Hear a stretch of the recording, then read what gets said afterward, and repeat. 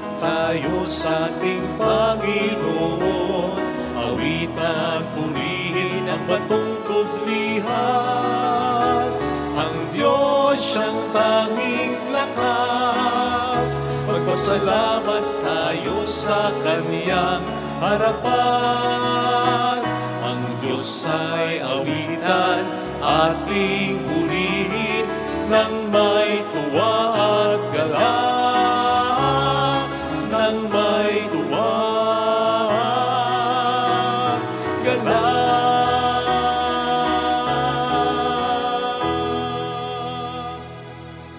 Sa ngalan ng Ama at ng Anak at ng Espiritu Santo. Amen.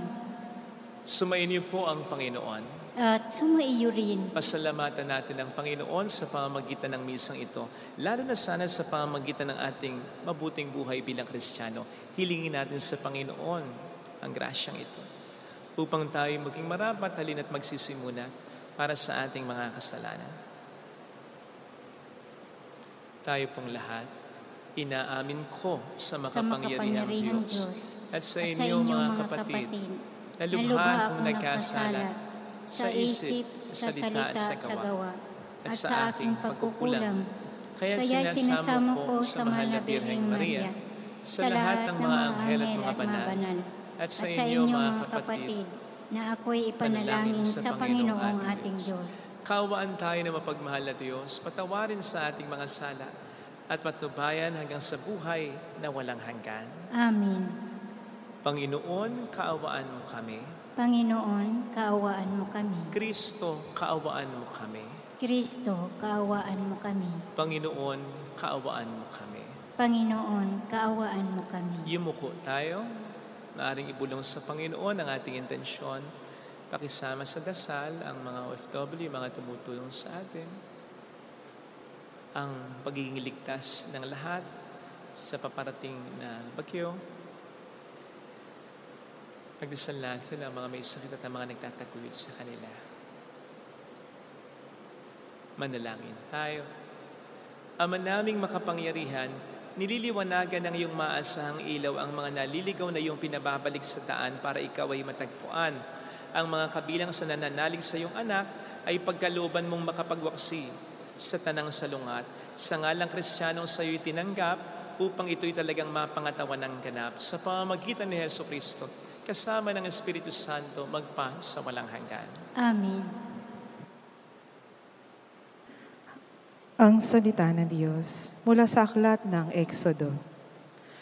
Noong mga araw na iyon, gumawa sina Moises at Aaron ng maraming kababalaghan. Ngunit hindi rin pumayag ang Faraon na umalis ang mga Israelita sa lupain ng Ehipto. Sinabi ng Panginoon kina Moises at Aaron, mula ngayon, ang buwang ito ang magiging unang buwan ng taon para sa inyo. At sabihin ninyo sa buong pamayanan ng Israel na sa 10 araw ng buwang ito, bawat puno ng sambahayan ay pipili na isang kordero o bisirong kambing para sa kanyang pamilya. Kung maliit ang pamilya at hindi makauubos ng isang buong kordero, magsasalo sila ng kalapit na pamilya na hindi rin makauubos ng isang buo. Ang dami ng magsasalo-salo sa isang kordero ay ibabatay sa dami ng makakain ng bawat isa. Kailangang ang kordero ay lalaki, 1 taong gulang, walang pinsala o kapintasan. Kung walang tupa, ay kahit kambing. Aalagaan itong mabuti hanggang sa 14 ng buwan at sa kinagabihan, sabay-sabay na papatayin ng buong bayan ang kani-kanilang kordero. Kukuha sila ng dugo nito, ipapahid sa mga hamba at sombrero ng pintuan ng bahay na kakainan ng kordero. Sa gabi ring iyon, lilitsunin ito at kakaning kasama ng tinapay na walang lebadura at ng mapapait na gulay. Huwag ninyong kakanin ng hilaw o nilaga ang kordero. Litsunin ito ng buo, kasama ang ulo, ang mga pata at ang laman loob. Huwag kayong magtitira para sa kinabukasan. Kung may matitira, sunugin pagkaumaga. Ganito naman ang magiging ayos ninyo sa pagkain nito. Nakabigkis, nakasandalyas at may tangang tungkod. Dali-dali ang inyong pagkain nito, ito ang Pasko ng Panginoon.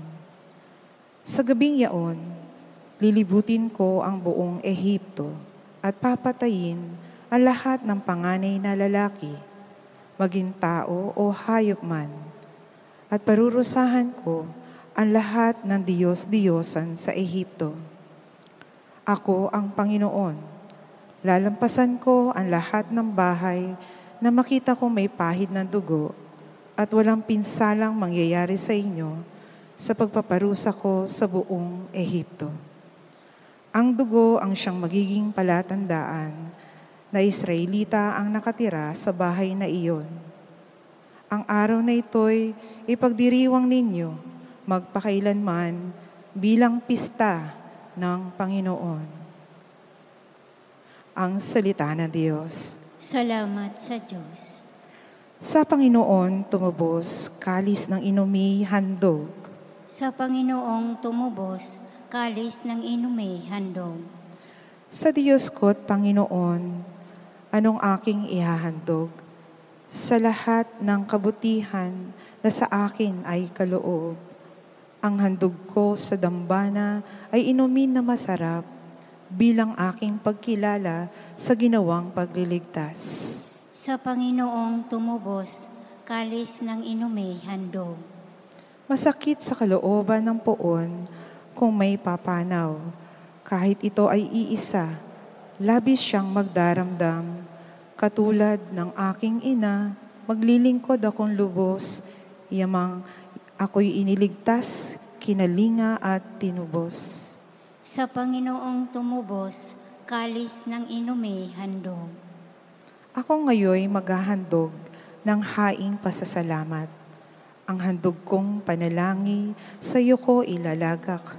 Sa templo sa Jerusalem ay doon ko ibibigay ang anumang pangako kong sa iyo ay binitawan. Sa Panginoong tumubos, kalis ng inume, handog.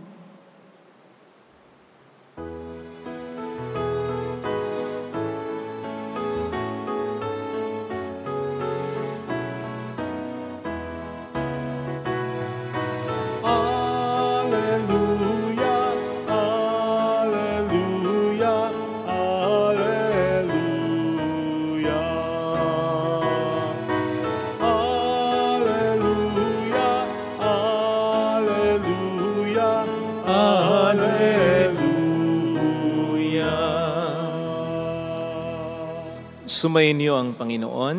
At sumaiyo rin. Ang mabuting balita ng Panginoon ayon kay San Mateo. Papuri sa iyo, Panginoon. Noong panahong yon, isang araw ng pamamahinga, naparaan si Jesus sa tiriguhan. Nagutom ang kasama niyang mga alagad, kaya't nangitil sila ng uhay at kinain ang mga butil. Nang makita ito ng mga Pariseyo, sinabi nila sa kanya, "Tingnan mo ginagawa ng iyong mga alagad. Bawal yan kung araw ng pamamahinga." Sumagot si Jesus, "Hindi ba ninyo nabasa ang ginawa ni David nang magutom siya at ang kanyang mga kasama? Pumasok siya sa bahay ng Diyos at kumain ng tinapay na handog sa Diyos at pinakain din niya ang kanyang mga kasama.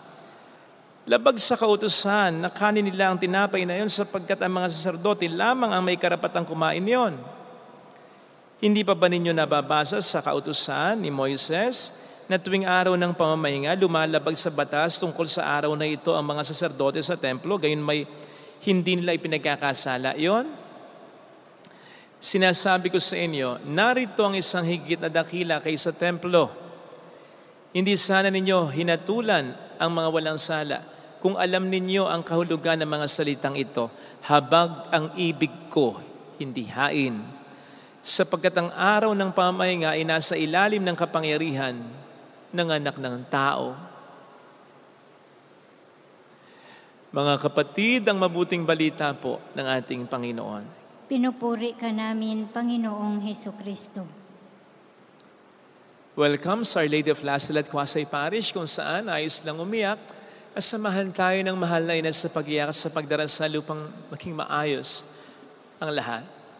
Alam natin pare-pareho ang halaga ng batas at ng mga alituntunin sa ating buhay sapagkat kung wala ang mga ito, magkakagulo tayo sigurado. Magkakabanggaan ang mga sasakyan sa daan, magkakaroon ng aksidente kung saan-saan.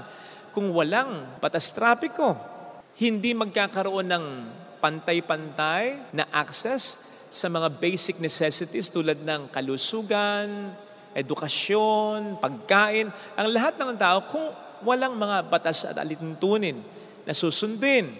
Hindi natin makakamit ang katarungan, ang pagkakapantay-pantay. Hindi natin mapoprotektahan ang ating kalayaan. Gayun din ang ating karapatan. Ganon kahalaga ang batas sa ating buhay. Siyempre, ganun din ang pagsunod sa mga ito sapagkat ano pang silbi ng batas kung magiging pasaway lamang tayo. Gayun pa man, huwag po natin kakalimutan na ang batas ay nilikha para sa kapakanan ng tao, and that's the other way around. Actually, ito ang naging sagot ng ating Panginoon sa katulad na ebanghelyo natin ngayon sa Markan version. Nang sabihin niyang, the Sabbath was made for man and not man for the Sabbath. In other words, ang batas ng pamamahinga, batas ng Sabat o bawal magtrabaho ay nilikha din naman para makapagpahinga ang tao at hindi upang mas pahirapan pa ito. Dangan nga lamang sa kaso ng mga Hudyo, ang mga major laws na bigay ng Diyos ay minodify, dinagdagan, in-improve sa kanilang kamalayan ng mga skriba, ng mga Pariseo, lalong-lalo na. Kaya't nadagdagan. Imbis tuloy na makatulong, nakaperwisyo pa sa kanila, nakapagpabigat pa ng mga pamatok, ng mga dalahin nila. Katulad na lamang po ngayon sa kaso ng ating ebanghelyong napakinggan, kung saan sinita ng mga Pariseo mismo si Kristo dahil nakita ng mga ito na nangingitil at kumakain ng trigo.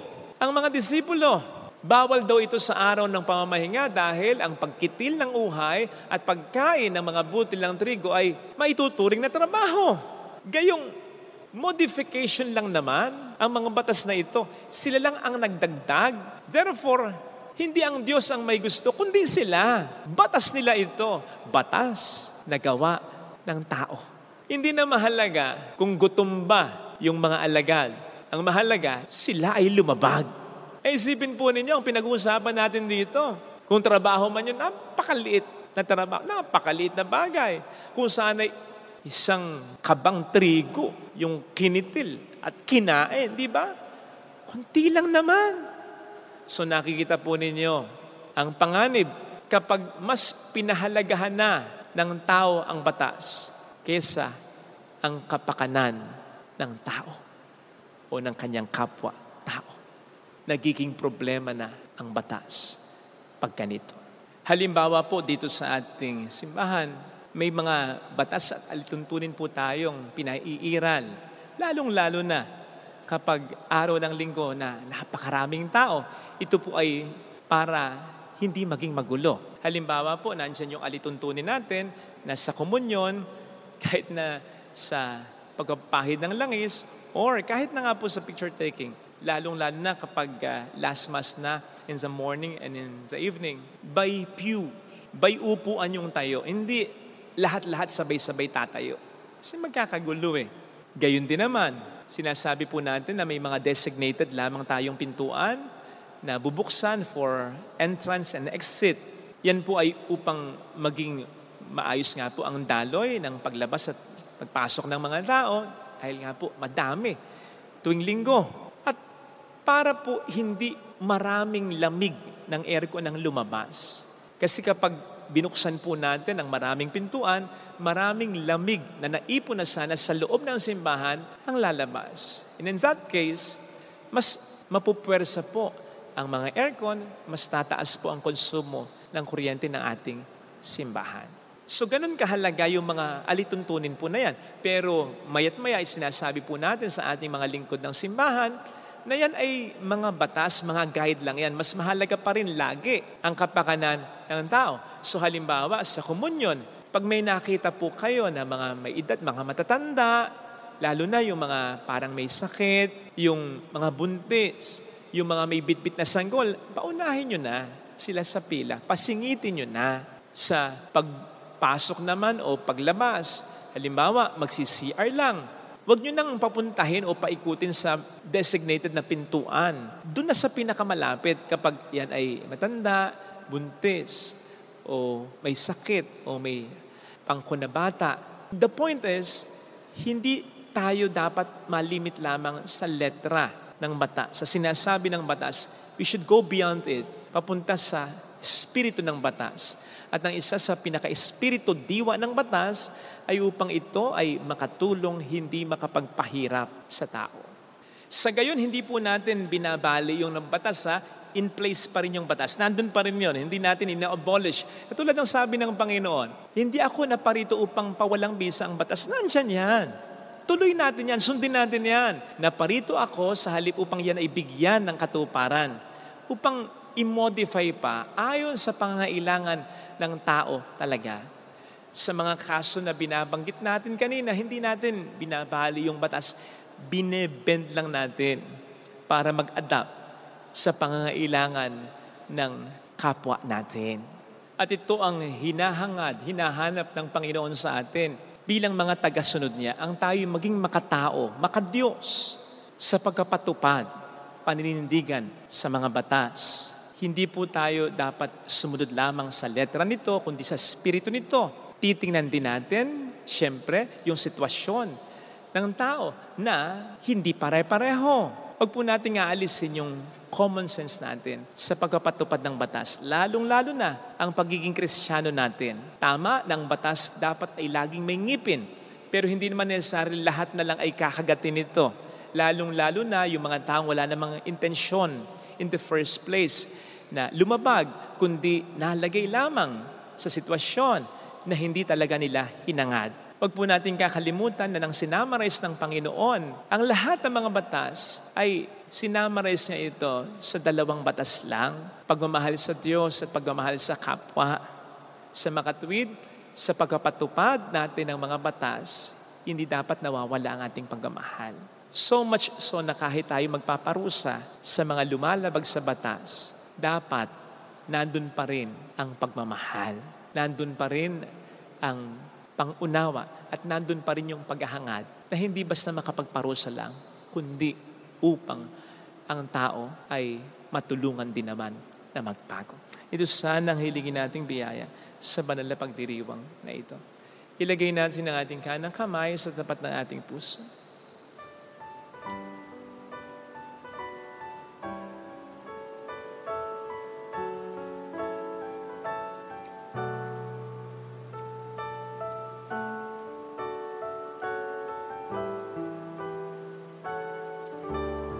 Alam kong may magagawa ang Diyos. Alam kong may magagawa ang Diyos. Alam kong may magagawa ang Diyos. Alam kong may magagawa ang Diyos. Kung ako'y magtatapat, kung ako'y magtatapat, sa Kanya'y maglilingkod. Sa Kanya'y maglilingkod. Alam kong may magagawa ang Diyos. Hindi ako magdududa. Ako'y matutulungan niya. Alam kong diringgin ng Diyos ang samuko sapagkat mahal niya ako. Alam kong diringgin ng Diyos ang samuko sapagkat alam niya ang pinagdaraanan ko. Ang samuko. Kung ako'y magtatapat, kung ako'y sa Kanya'y maglilingkod. Sa Kanya'y maglilingkod. Alam kong diringgin ng Diyos ang samuko. Diringgin ng Pumikit tayo. ang sa Panginoon, hinihiling po namin sa iyong pamamagitan na maging makatwiran sana sa pagkapasya, sa pagkapatupad ng mga batas at alituntunin ng aming simbahan, lalo na ang aming pamahalaan. Gayon din naman sa aming mga sarili-sariling tahanan. Tulungan mo po kaming mapaghalo, lalong-lalo na bilang mga magulang, bilang mga panganay, bilang mga kapatid na may say sa kanilang mga kapatid. Mapaghalo yung toughness, pero yung mercy, yung compassion, sa pagkapatupad ng batas, ng mga alituntunin sa aming tahanan upang sa kabila ng mga maling nangyayari o kasalanan, ang mga ibabaw pa rin ang iyong kalooban. Hallelujah! Hallelujah! Purihin ang Diyos. Hallelujah! Salamatan siya. Siya ay muling babalik sa atin. Hindi niya tayo iiwan, hindi niya tayo pababayaan. Paniwalaan natin yan. Hallelujah! Purihin ang Diyos. Hallelujah! Sa takdang panahon, babalik ang Panginoon upang tayo ay kunin tapat siya sa kaniyang mga pangako sa atin. Sabihin mo sa sarili mo, mayroong magandang mangyayari sa iyo. Basta sumunod ka lang sa Panginoon. Kung lalapit ka kay Jesus, you will never go wrong. Pwedeng magkaroon ng problema sa una, pero bahagi ito ng pagsunod natin sa Kanya. Nevertheless, mabuti pa rin ang mangyayari sa atin. Sapagkat ikaw ay sumusunod sa Diyos. Sagutin ka ng Diyos. Hindi ka pababayaan ng Diyos. Sasamahan ka niya para mapatunayan niya sa iyo na tamang sumusunod ka sa Kanya. Papuri sa Ama at sa Anak at sa Espiritu Santo. Kapara noong sa unang-una, ngayon at magpakailanman, at magpasawalang hanggan. Amin. Pag-aalay.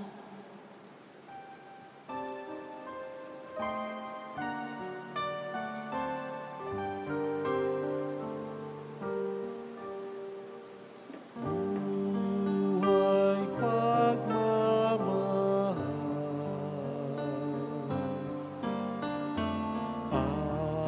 Alak at tinapay. Sana'y tanggapin mo, amang mapagmahal.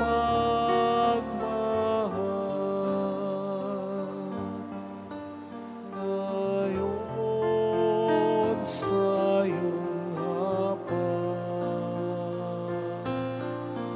kami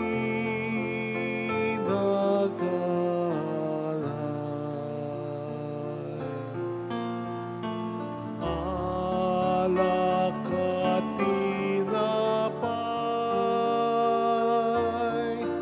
alay ng iyong bayan.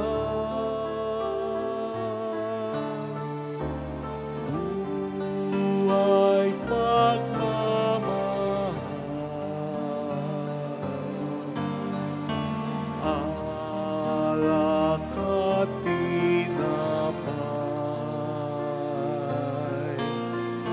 sana'y tanggapin mo, amang mapagmahal.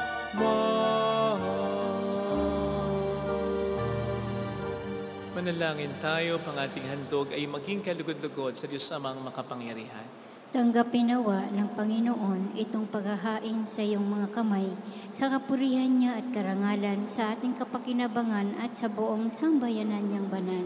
Ama naming lumikha, tunghayan mo ang mga alay ng iyong sumasamong sambayanan at tanggapin mo ang mga ito para matagtagan ang iyong kabanalan sa mga nananalig na tunay sa pamamagitan ni Jesucristo, kasama ng Espiritu Santo magpa sa walang hanggan. Amen. Sumainyo ang Panginoon. At sumaiyo rin. Itaas sa Diyos ang inyong puso at diwa. Itinaas na namin sa Panginoon. Pasalamatan ng ating Panginoong Diyos. Marapat na siya ay pasalamatan. Ama naming makapangyarihan, tunay ngang marapat na ikaw ay pasalamatan sa pamamagitan ni Jesucristo na aming Panginoon. Utang na loob ang nagbubunsod upang gunitain ang kamatayan niya para kami buhayin. Pagtitiwala ang sanhi ng ligayang di malilimot sa pagkabuhay niyang sa amin ay kaloob. Pag-asang dahilan ng pagiging handa para sa pagbabalik ng totoong dakila. Kaya kaisa ng mga anghel na nag-isiawit ng papuri sa iyo ng walang humpay sa kalangitan, kami nagbubunyi sa iyong kadakilaan. Santo, Santo, Santo, Panginoong Diyos ng mga hukbo, napupuno ang langit at lupa ng kadakilaan mo, usana sa kaitaasan. Pinagpala ang naparirito sa ngalan ng Panginoon, usana sa kaitaasan. Ama naming banal, ikaw ang bukhal ng tanang kabanalan. Kaya't sa pamamagitan ng iyong Espiritu gawin mong banal ang mga kaloob na ito upang para sa amin ay maging katawan at dugo ng aming Panginoong Jesucristo. Bago niya pinagtiis ang kusang loob na maging handog, hinawakan niya ang tinapay. Pinasalamatan ka niya, pinaghati-hati niya iyon. Niabot sa kaniyang mga alagad at sinabi, "Tanggapin ninyong lahat ito at kanin. Ito ang aking katawan na ihahandog para sa inyo."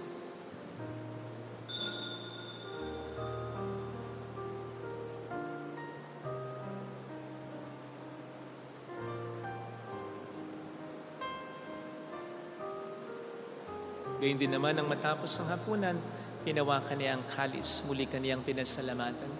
Iniabot niya ang kalis sa kaniyang mga alagad at sinabi, "Tanggapin ninyong lahat ito at inumin. Ito ang kalis ng aking dugo ng bago't walang hanggang tipan. Ang aking dugo na ibubuhos para sa inyo at para sa lahat sa ikapagkapatawad ng mga kasalanan.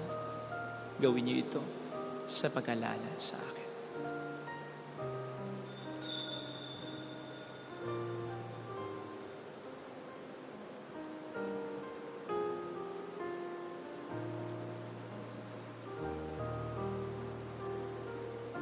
Ipagbunyi natin ang misteryo ng ating pananampalataya. Si Kristo'y namatay, si Kristo'y nabuhay, si Kristo'y babalik sa wakas ng panahon. Ama, ginagawa namin ngayon ang pag-alaala sa pagkamatay at muling pagkabuhay ng iyong anak. Kaya inialay namin sa iyo ang tinapay ng buhay at ang kalis ng kaligtasan. Kami po'y nagpapasalamat dahil kami iyong minarapat na tumayo sa harap mo para maglingkod sa iyo. Sinasamo namin kami na magsasalo sa katawan at dugo ni Kristo ay mabuklod sa pagkakaisa sa pamamagitan ng Espiritu Santo. Ama, lingapin mo ang iyong simbahang laganap sa buong daigdig. Puspusin mo kami sa pag-ibig. Kaisa ni Leon na aming Papa, ni Dennis na aming Obispo at ng Tanang Kaparian. Alalahanin mo mga kapatid naming nahimlay nang may pag-asang sila'y muling mabubuhay, lalo na po ang aming ipagdarasal. Saglit nating ibulong sa Panginoon ang mga pangalan ng ating mga minamahal na yumao habang pinagdarasal sila.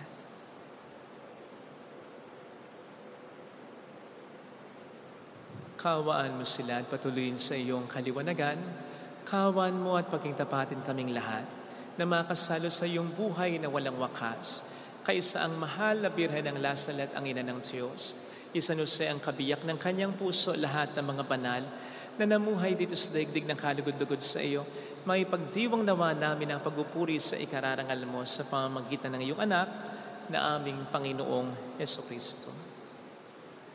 Sa pamamagitan ni Kristo, kasama niya at sa Kanya, ang lahat ng parangal papuri ay sa iyo, Diyos amang makapangyarihan, kasamang Espiritu Santo, magpasawalang hanggan.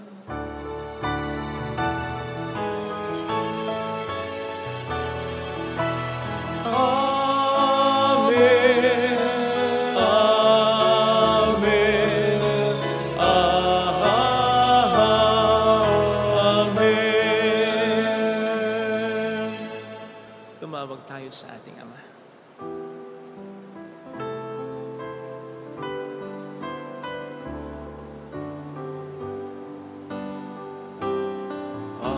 Ama namin, sumasalangit ka, sambahin ang ngalan mo.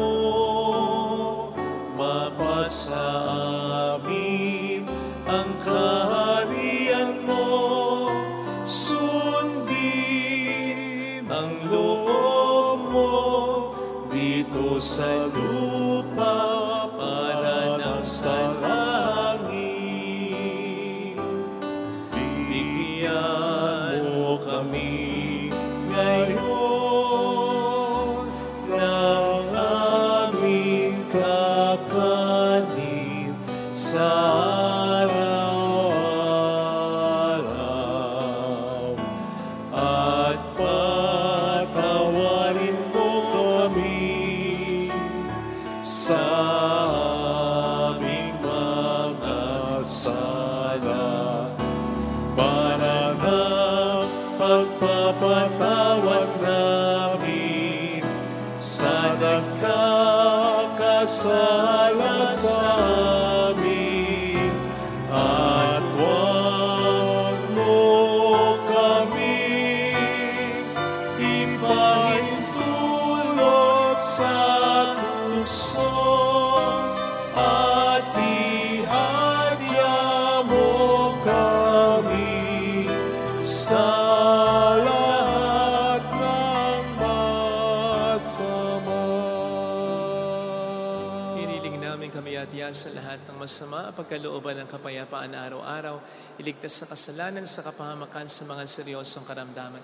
Samantalang aming pinaghahandaan ang dakilang araw ng pagpapahayag ng tagapagligtas namin sa Heso Kristo.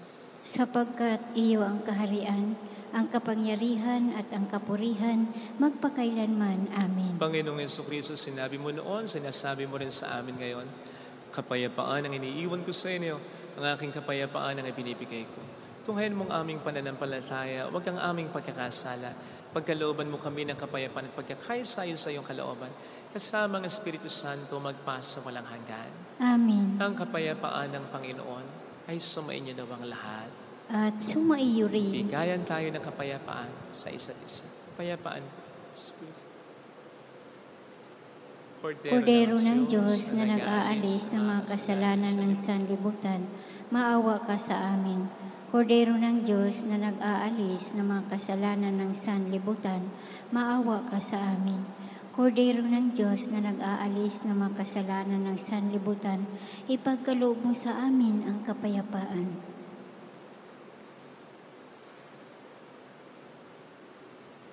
Narito sa harap natin ang Panginoon ng ating buhay at kaligtasan. Mapalad tayong inaanyayahan. Panginoon, hindi ako karapat-dapat na magpatuloy sa iyo, ngunit sa isang salita mo lamang ay gagaling na ako.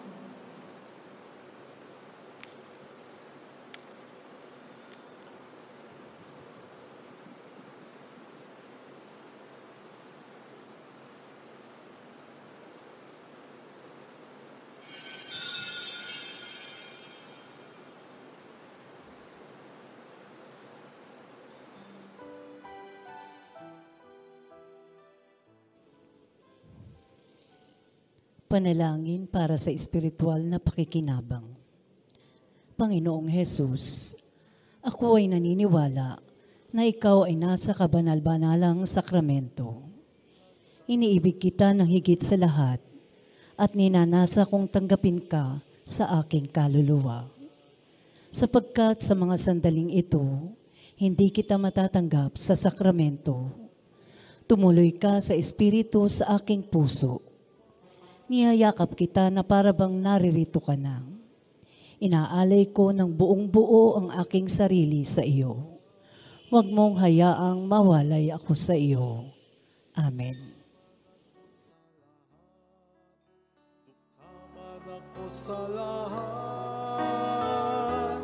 ang tanging kong yaman ay mabuhay sa pag-ibig.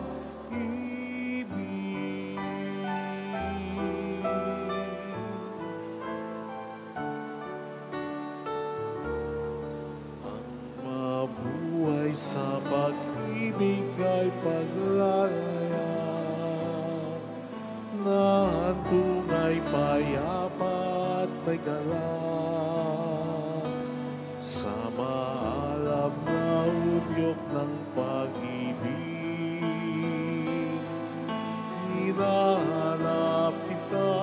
sa aking kapwa, ang siyang tanging tumatanglaw, bituin sa aking patnubay, diwa sa paglalakbay, sandigan lakas at tibay, laging awit ang sagisan, ang mabuhay sa pag-ibig,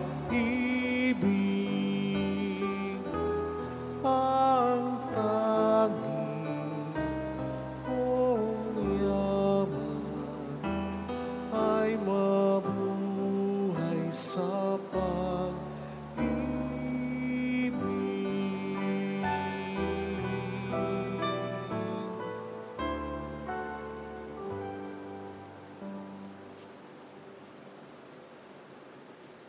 Manalangin tayo. Ama naming mapagmahal, kaming mga pinapagsalo mo sa piging na banal, ay makatanggap nawa ng bungang karagdagan ng iyong pagligtas na aming pinagdiriwang sa pamamagitan ni Jesucristo kasama ng Espiritu Santo magpasa walang hanggan. Amen. Holy God, Holy Mighty One, Holy Merciful One, Have mercy on us and on the whole world. Holy God, Holy Mighty One, Holy Merciful One, Have mercy on us and on the whole world. Holy God, Holy Mighty One, Holy Merciful One, Have mercy on us and on the whole world. Jesus, King of Mercy, We trust in you. alalahanin, Alalahanin, o mahal na Birhen ng Nazaret, ina ng pag-asa. Ikaw ang nagpapaalala sa aming magbalik loob sa Ama. Ito ang nagpapatunay na ang kagandahang loob mo'y nanatiling busilak. Sa pag-aaruga mo sa amin, tungkulin mo'y tinupad. Sa paanan ni Kristo'y itinuring mo kaming mga tunay mong anak. Kaya ninais mong isa'y huwag mapahamak. Maging sa iyong walang tigil na pananalangin, pati luhay pumatak. Huwag naman mawala ng saysay ang iyong paghihirap. Hiling nawa namin sa iyo, o aming inang liyag, na matapos ang pakikibaka namin sa mundong ito at sa pananatili naming tapat kay Kristo, sa kapurihan mo'y makibahagi kaming ganap, upang kung nasaan ka ngayon ay maparoon din kaming lahat, at ang kaganapan ng kaluwalhatian ng Diyos Amay tuluyang matupad siya nawa. mahal na Birhen ng Lasal at tagapagkasundo ng mga makasalanan. Ipanalangin mong walang patid kaming mga dumudulog sa iyo. Maraming salamat po sa inyong pakikisa at sa mga tulong na binibigay po ninyo. Salamat po. Bahala na po ang Panginoon sa inyo. Sumayin niyo ang Panginoon. At sumaiyo rin. Magpalain kayo kasama ang ating pamilya na mapagmahal na Diyos, ng Ama at ng Anak at ng Espiritu Santo. Amen. Bumayo tayo sa kapayapaan ni Kristo. Salamat sa Diyos. Salamat din.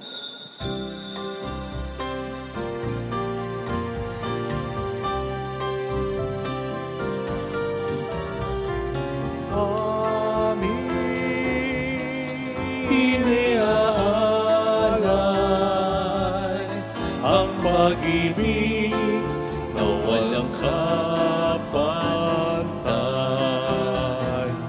O kay sarap mabuhay kung may nagmamahal, pagmamahal na tunay at laging nalisay. Ang Birhen kong umibig ay walang sintamis, pagsintang sa kalinis, sa iyo hanggang langit. O Birhen, Birheng mahal, sa awit at sa dasal